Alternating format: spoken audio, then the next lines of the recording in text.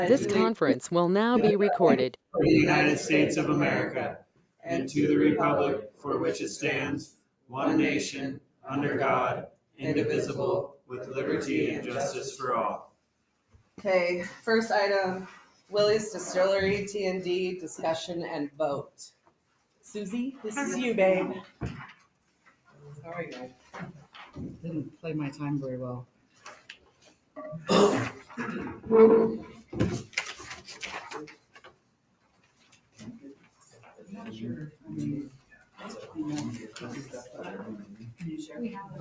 We have one already. There might be some corrections on there. So we'll share it. We'll split it, yeah. Get your options. Thank you. Is everything that's good? I got it. Digital version.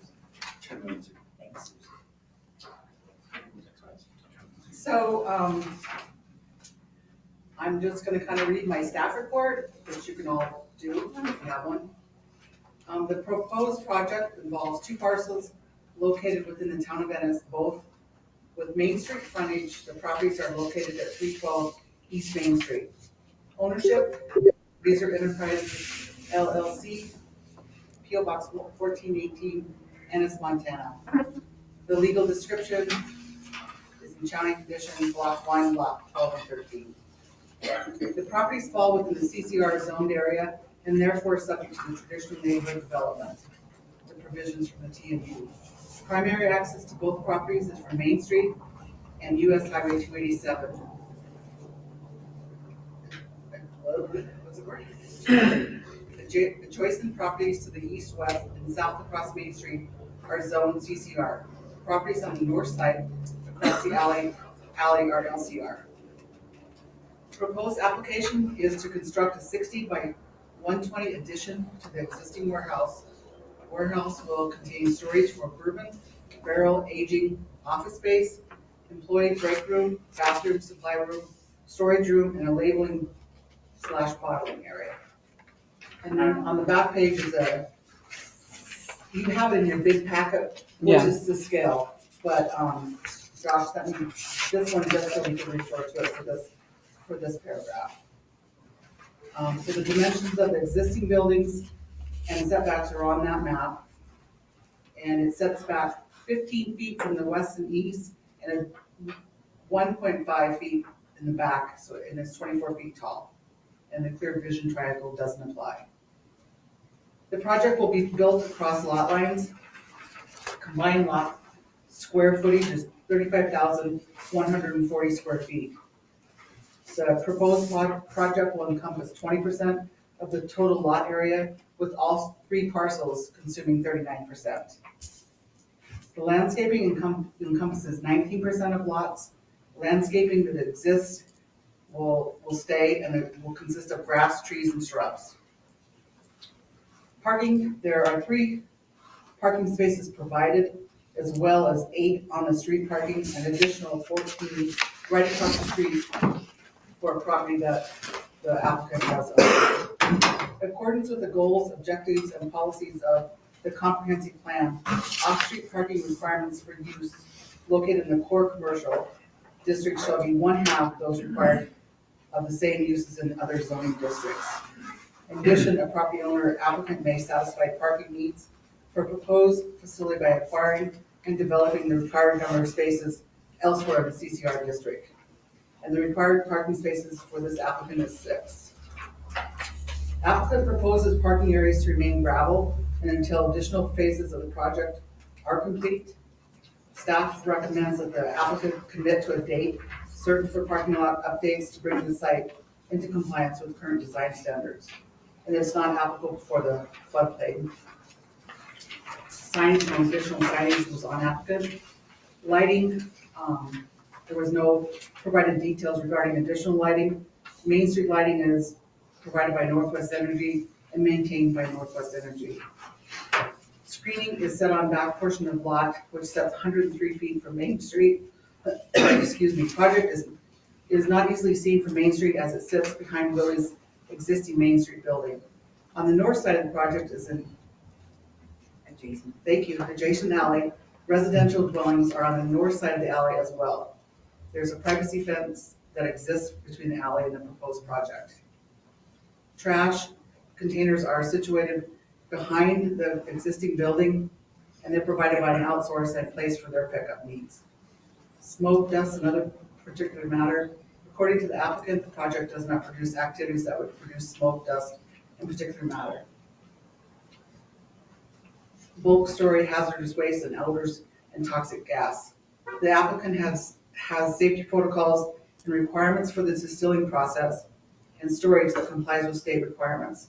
It is the staff's recommendation that due to the nature of the distilling process and its proximity to the residential uses, that any zoning approval be conditioned upon receiving all state permit approvals. Staff would also recommend requiring the applicant to provide the necessary state approvals to the town so they may add to the record of approval. So my general analysis is the proposed project is a wood post and frame building built on a concrete slab.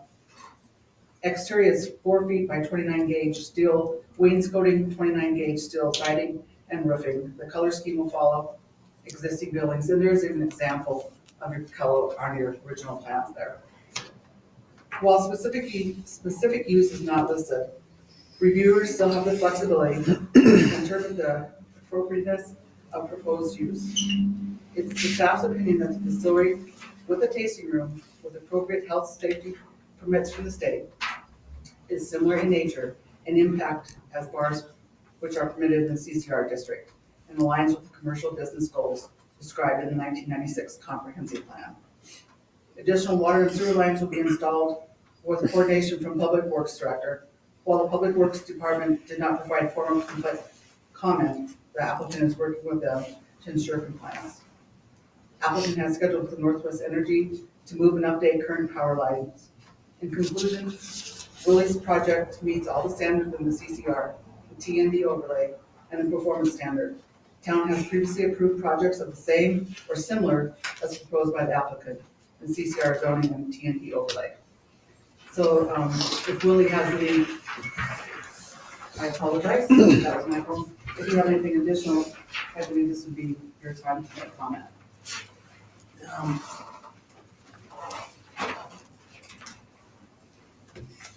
I don't think I have anything additional. I mean, I'm happy to answer any questions that might come up, but.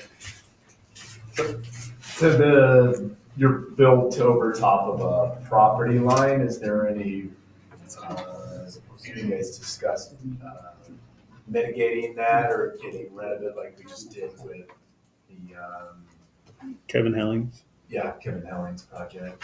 Yes, we have considered it, and at this time, we're not looking to do anything with the property lines. Yeah, we've met with Skyline Surveying, went through everything, and based on where we are right now, we propose to leave the property lines as is. And our understanding is that the zoning does allow for such. I mean, our current building is built across property lines currently. So currently, we're going to leave them. Down the road, that might change. But for right now, we propose to leave. Okay.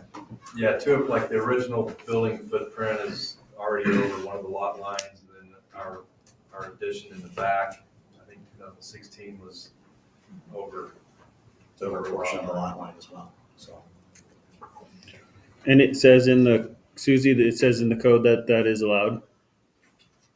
Is there? It says it's allowed in residential.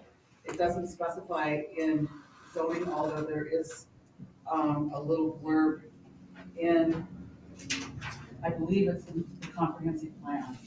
Hopefully I brought out here that would make it allowed, I believe. What I read is that in the comprehensive plan, that if a property owner owns 2 or more adjacent properties, they're welcome to build across property lines because they own the property. And then if you, like, say you went to sell it, then at that time you would change the lines, or?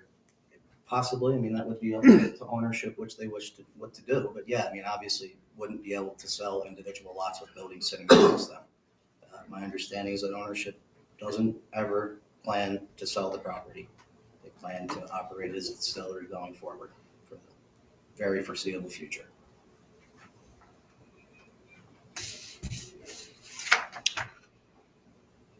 Parking spaces, it says you're going to get additional parking spaces in the future? Is there any more specific?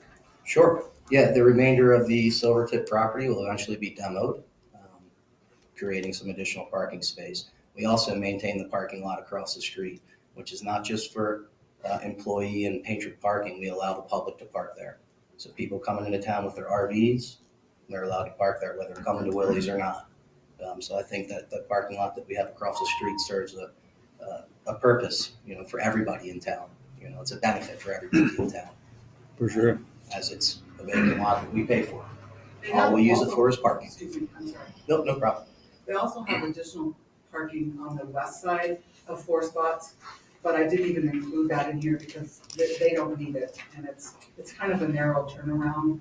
Yeah, So- Sorry, Steve. There's some questions about turning around in there, and I didn't argue it, but I would argue the fact that the Silvertip used that as parking, and those people that parked there were able to turn around prior. But because we don't need the spots, it wasn't worth, necessarily, going there. But yeah, it was used for parking before, and people had no problem turning around Isn't before. there an alley or something So exit? there is.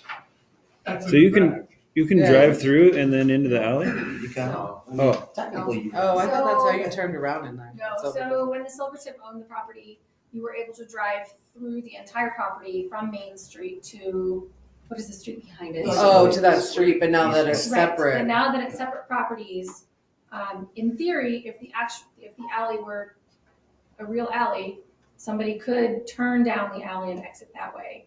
But right now, the alleyway isn't accessible from Either side. anywhere. Yeah. So,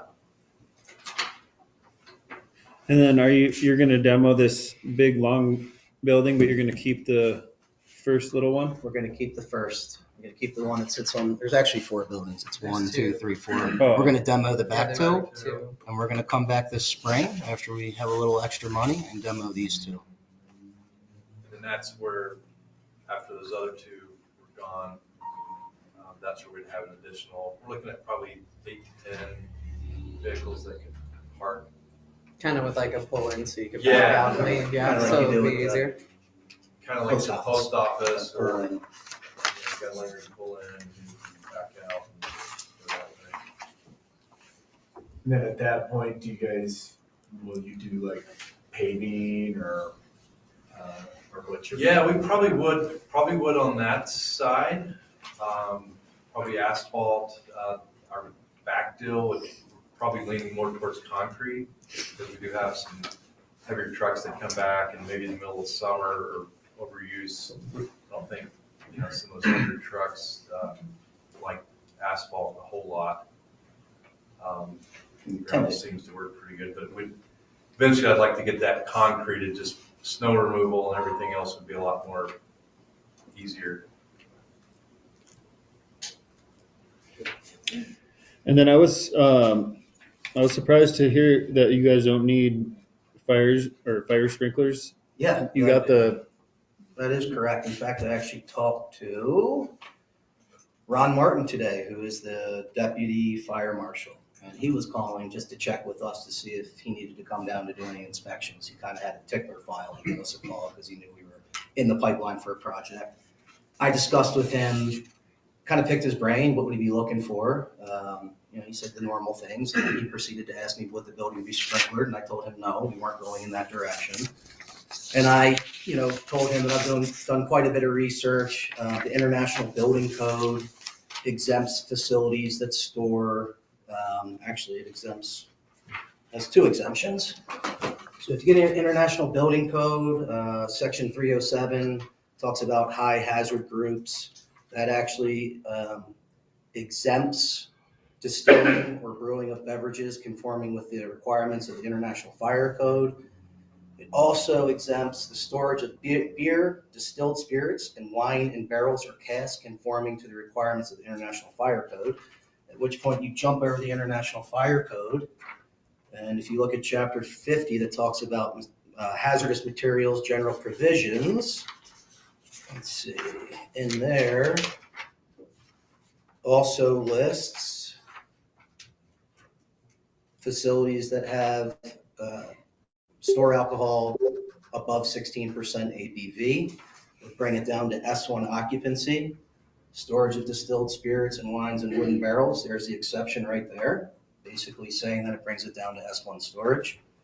So there's quite a few exceptions, both in the International Building Code, International Fire Code, and the National Fire Protection Association.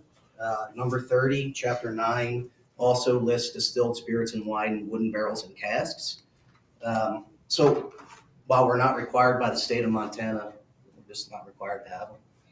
And I actually And talked. Federally too. Yeah, federally, and I actually Like talked an to. F1 and an S1, and that's what we. I actually talked to Ron about the fact that I've talked to both Chase and Skip G at the state concerning occupancy rating. Shared that email with him, and he basically said, of course, he would talk to them, once the plans come across his desk. But if they said that the occupancy was S1, he would tend to defer to them as they were the plan reviewers. So I had a brief conversation with him today, and he seemed to agree. And he said, "Are you planning on sprinkling the building?" I said, "No." I said, "We'd like to, but it's not in our budget." And he, agreed that it's not required, at least from where we sit right now. Obviously, everything needs to go to the state to be reviewed. Maybe they have a change of opinion at that time, but obviously, International Building Code, International Fire Code has all these exemptions. So, if they came back to us and said something else, I'm sure we would start to dig into this a little bit deeper. So They you, already have a storage area where if there was a fire code, it would have been in there in the beginning. Yes, sir, you're There correct. isn't. I agree with you 100%. So I don't see any reason at all. First of all, I don't think we have the authority to authorize it. It's a state thing, Correct. and that would cover everything, so there's nothing to worry about. That is my understanding as well. I think Yeah, you're I 100% understand correct. completely.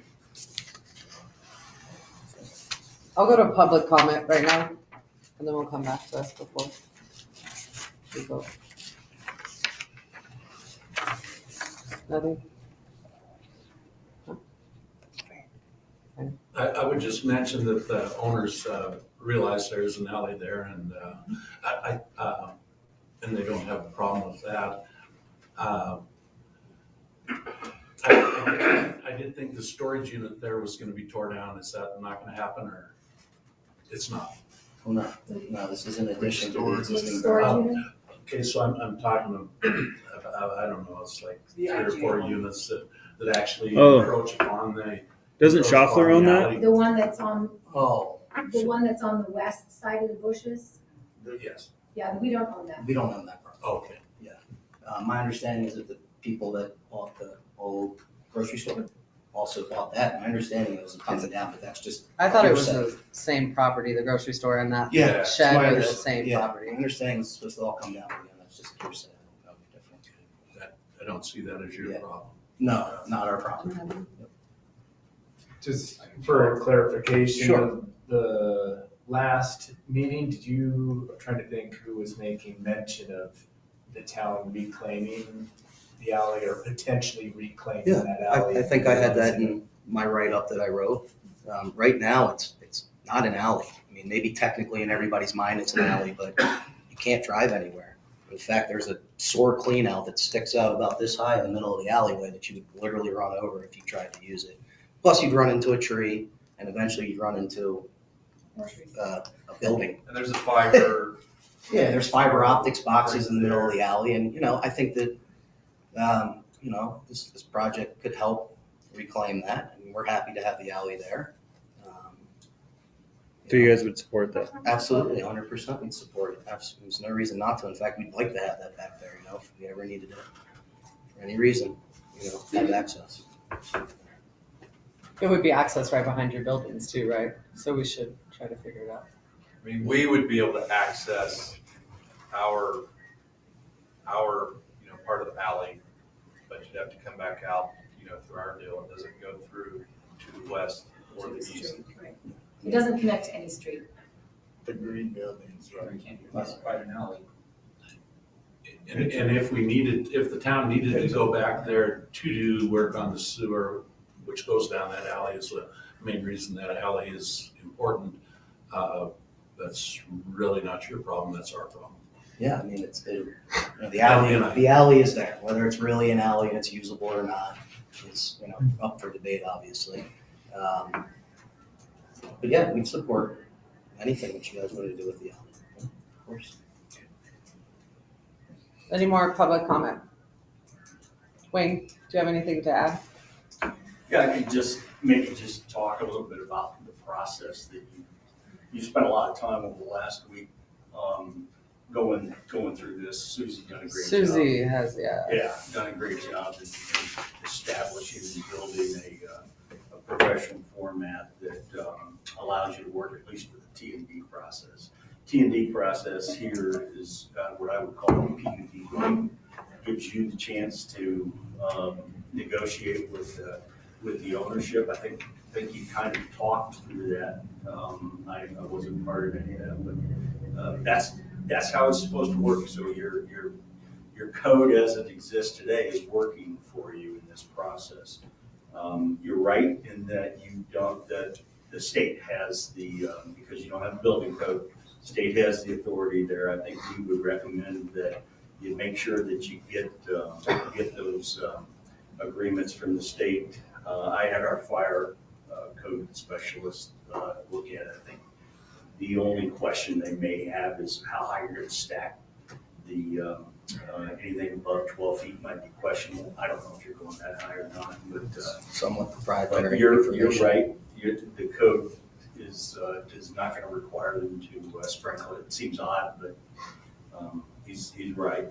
So I think everything's worked here in the process that you've gone. At least might give you some comfort there. I think the one thing we would recommend is that we can either help you do it. I think your council should probably memorialize this in a T&D agreement, formal agreement after the fact with whatever you decide, if you decide to go forward. So that would be our only recommendation is to get this memorialized in more of a contract form. And then you've got it so that as you go forward, you've got it in your files that you can go back to and note, because I know you've struggled. We've asked a number of questions on a number of projects and the files seem to be skimpy. So I think that's the only thing I would recommend. And I have started that process with Mr. Greenbaum. And in the code, it says that applicants shall do the T&D agreement, which they already have done, but we need to see what Mr. Greenbaum wants in our. For future. Yeah, well, no, probably for this. For this one project too. But it should be part of the final part of the file. So we should be able to do that even if after it's approved. Okay. Who's Greenbaum? The city attorney. Oh, right. I knew it sounded So familiar. the agreement, my understanding, will have things like pursuant to landscaping and parking, basically just Everything's in make there. a contract of your staff report, so to speak. Is that correct? Yeah, that's all I would do. Yeah, we have no problem signing that. Council, commissioners, not council people. Any more comment? Or somebody gonna make a motion? I'll make a motion that we accept the plan as, the site plan as is, and approve it. The construction of the new building. Willie's Distillery, Willie's- T&D. I'm sorry? The Willie's Distillery, T&D. Right, Ginger? Yeah. Second. Do I have a second? I'll second that. All in favor? Aye. Aye. Aye. Thank you very much. Sorry Susie, that it thank was you so very much for all your frustrating. help. It's okay, I do Very want valuable. to stand up and say now that this is over, that Susie's done an incredible job for us. We've worked really, really hard alongside. And I didn't want to sound like I was stomping my foot and throwing attention at the last meeting. We've been working on this since May, truthfully. It just hasn't been a complete package. We keep submitting what we thought was a complete package, kept getting kicked back to us. We grew increasingly frustrated. Susie became increasingly frustrated, and we were working together and just trying to make it happen as much as we could. We started lining up contractors in May. when we first submitted it, and that's why we have all these contractors lined up. And as you all know, once you have a contractor lined up in this environment, you can't Change it. change it. Otherwise, you're looking at a year down the road. So thank you for understanding the urgency that it's now become. Thanks. That's it. Good job, Susie. Yeah, Susie, good job. Yeah, I'm sure this is a lot for everybody. I think it'll be beneficial for the town going forward that applicants, when they step forward, will have a very clear picture of what to provide and what the review process is and whether their project is gonna work or not, right out of the gate. We've been Instead of hitting a black this, box, so I'm hoping we you know. fix this So because I think it'll be beneficial for it's us. getting horrible. Thanks again. Road and street bond discussion. Greenbaum's not here. I don't even know what he sent over. Did he send over something? Did I you didn't see work it. with James? He sent that email saying that.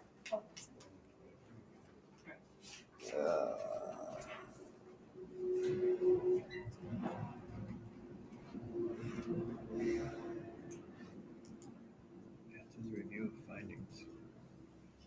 Yeah, he didn't say anything about street codes though. I don't know, that was about the T&D, not erasing it. Do you know what you want to talk about? Maybe we can get somewhere on it. Actually, no, because he hasn't been in contact with me, so I don't think we're gonna get much accomplished on the street pond, or, tonight, actually, I didn't know anything about it until, Monday. Sweet, John, we need to adjourn, right? Actually, yes, because I don't know, Ginger, who's gonna work on the resolution? We don't have a resolution. No, we don't. So that's taken right out of the agenda right now. Without a resolution, It just says review of findings. There's So a that's- resolution for street Oh, bonds, and we don't have that was the anything. next one down. Well, yeah, so I have no information. I would say that Ginger normally writes up resolutions. If not, we can hire somebody to write up the resolution. Brittany and myself could probably put together a resolution, whatever. What do you think, Ginger? We had talked numbers and. Once you decide what you're going to do, I've got several, examples Yeah, of street bond resolutions. So I think at that point in time, if they don't They're not do printed. something remarkably different than what I've got, that the resolution can be written without a problem in office. And then I would have Greenbaum we review had it. talked numbers and stuff, Kelly. You weren't at the last meeting. We No. had talked, setting it like really high, And that's what you'll actually like be voting on. 25,000. Yeah, I don't think we can throw out a number right now. We need to have a do more resolution before us to make a determination. So there's really nothing we can do tonight until there's a resolution. can we get a draft resolution? You can, but the numbers are gonna go into that resolution, so, are we checking with anybody to see, what it would Brittany had normally looked up take Bozeman, right? construction-wise Yeah. to fix a street? Can we get any estimates? It could, yeah, it ranges depending on how big the cut is. And Yeah, that's But what we that's- said last time. But Yeah, that's whether it's a where- gravel road or whether it's I think both- blacktop road, it's gonna make a big difference. Bozeman's is structured off of the size of the cuts and the length of the cuts and the size of the pipe and different stuff. Bozeman's is structured off of, it's tiered. Hey, Maria, what, they're talking about, just off the wall, a $10,000 bond, to make sure that they, put it right.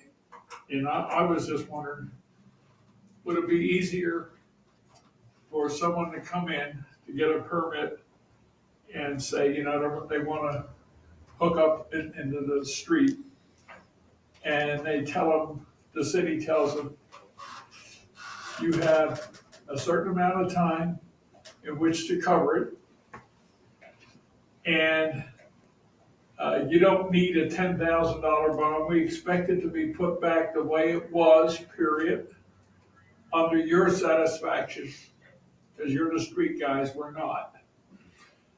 And if they choose to not do that, then we would file a lien against their property. That's good. That would have to be in the resolution. Yeah, put a lien against their property. They can't sell it until they satisfy the lien. But if people have a general idea of what they have to do, I think it would make things a heck of a lot easier. I would really, really love to see the real estate people in town, if you're here, listen. When people come in to buy a house in Ennis, they should come to City Hall to find out what they can and can't do. Most people don't know that you need a permit to put a storage shed on your property because it's my property, I can do what I want, but that's not the way it's set up. And there should be more information going out to the new buyers of what they can and can't do. That's what I would like to see. Have you guys got a copy of, Bozeman's is pretty complex. Do you have I think I West looked at, Yellowstone's? I think I looked at Three Forks' West Yellowstone's is pretty simple, straightforward. I think we follow something like that. We have to make up our own resolution, but I think that has to be between, if Brittany's willing to help with it, or Ginger, or if we have to hire somebody, we need a resolution that you guys can look at and agree with. And we're not at that point yet. So really, I'd say the rest of the meeting, other than discussion, there's really nothing we can do right now. No, there's nothing we can do right now. We need everybody together. Yeah. And there needs to be more talk and a decision on which way do you want to go?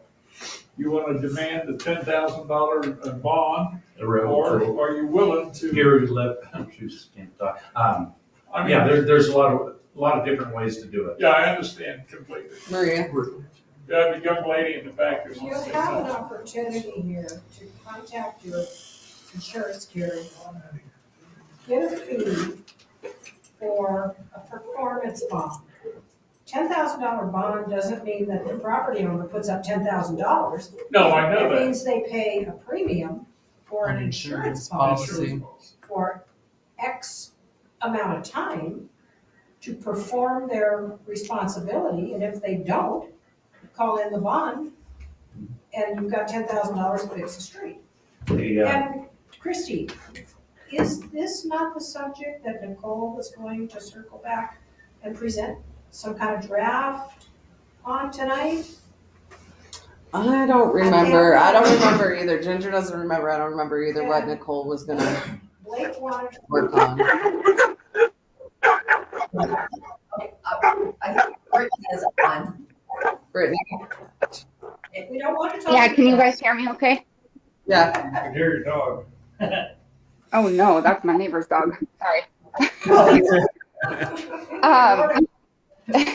So I'd be happy to help write up a resolution, and I was actually just going to comment what Maria touched on, as well as a couple resolutions or street bond wordings I've seen and looked at earlier this week recommended some sort of time frame, like a year before a full refund or some sort of application fee. I don't know exactly how it was worded, but is given, because a year allows for all 4 seasons to pass, there to be traffic on the repair, or, the construction of the road to be repaired. And I personally, and I don't think I had a chance to talk to Kelly about this, but think that's a good idea, because it gives an opportunity for the road to be used before just saying, yep, that looks good, and inspected, and then you hate to run into a problem a year later and we've got nothing to stand on. So I would think, in my mind, that makes sense to be an additional requirement of some sort.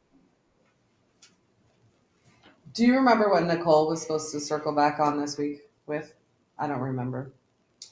It was zoning stuff, if I remember correctly, but It was zoning stuff too. I don't remember. It's fine.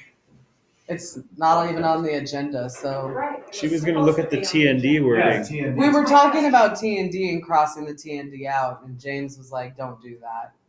And then he wrote us an email about it, but, we can fix wording in the T and D maybe for future. Yeah, I think, again, if I could talk, I think, again, what you just saw was a great use of T and D. The T and D is, again, it's a PUD right. It allows you to be able to make decisions and to get some things that maybe are important to you. It allows the landowner to come in with a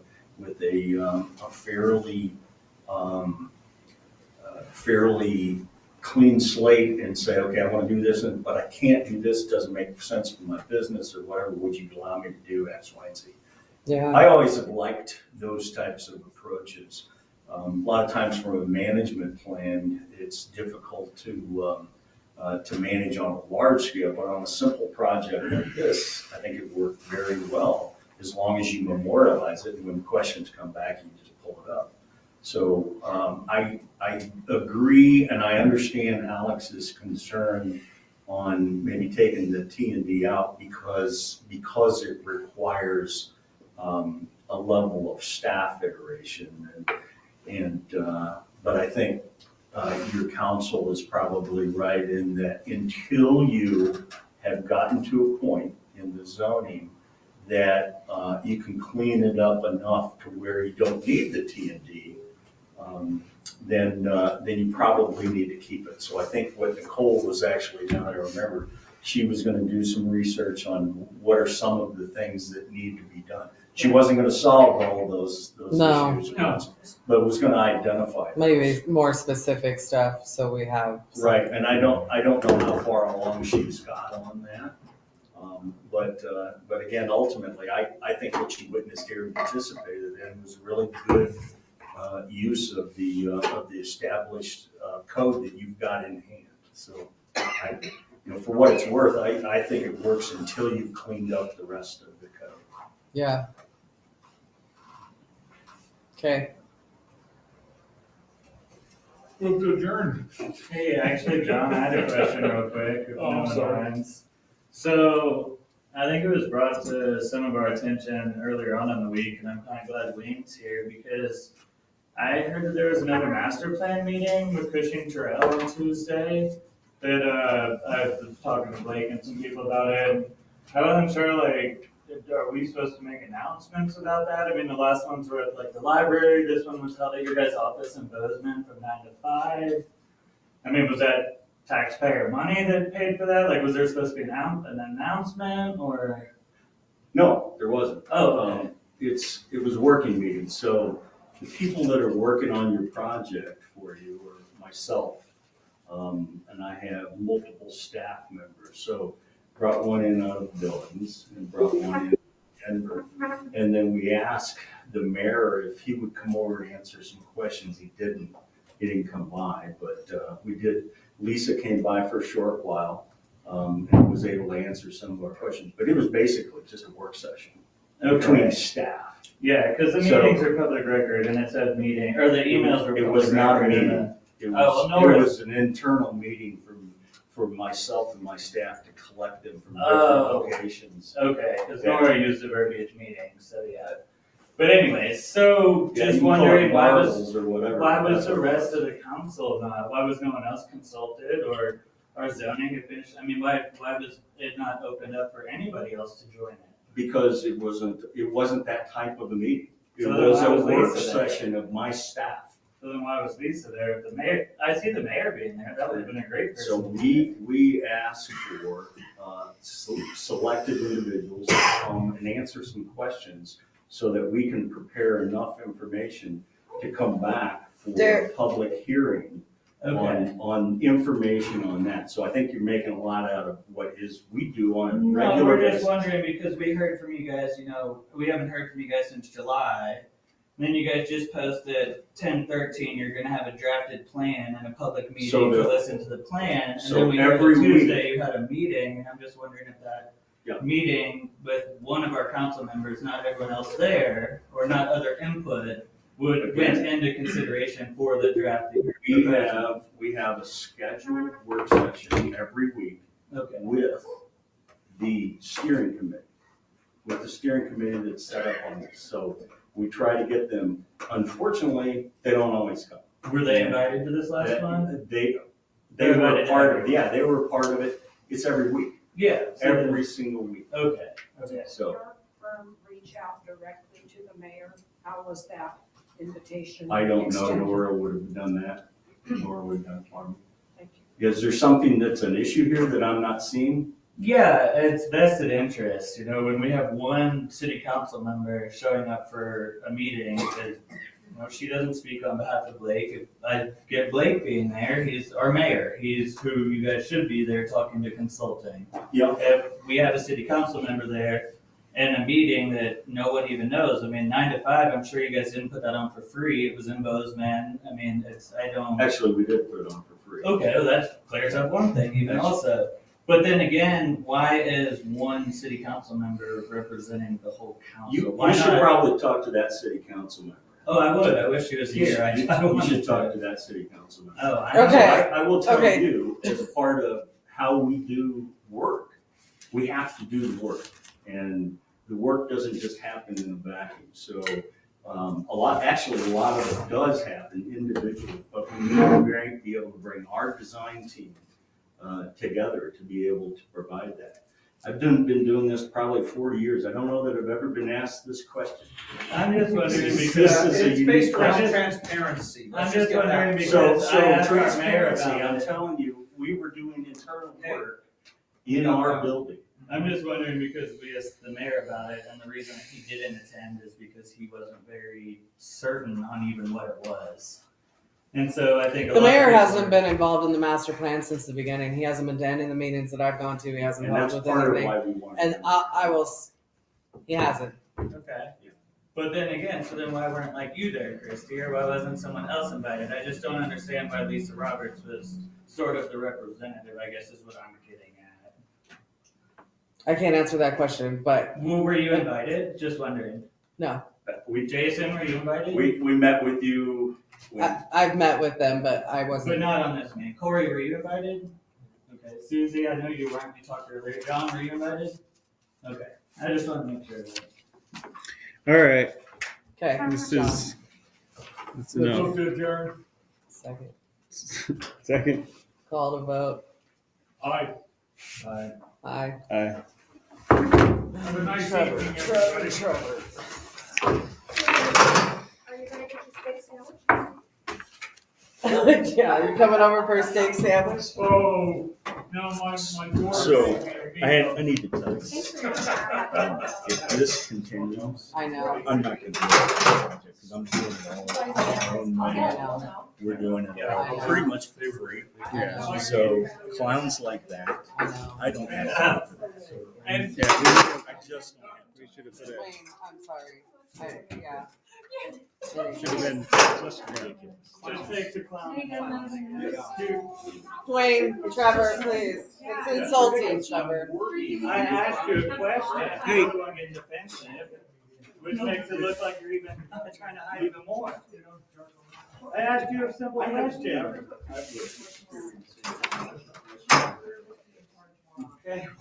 This is bizarre. Well, and you have. Trevor. I'm not. Please, professional. Come on, guys. No. Okay. I did email him earlier in the week and he said conflicts. I know. And I apologize for that. If I had anything It's not to your do fault, with I'm it. not asking for No, I'm apologies. blaming you. This is a project that I'm going to draft. Okay. Thank you, Tina.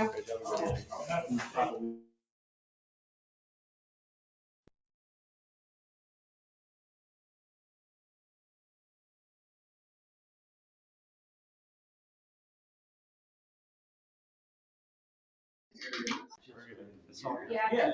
And I think you did a the great job tournament is today, not- Sharon. there's Just definitely a one history thing up any- once.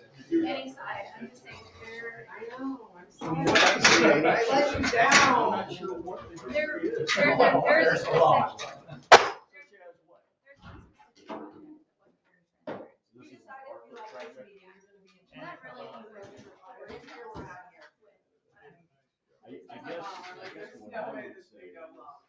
Well, I don't know how it was done. Do you like my new purple? I don't know how it was done.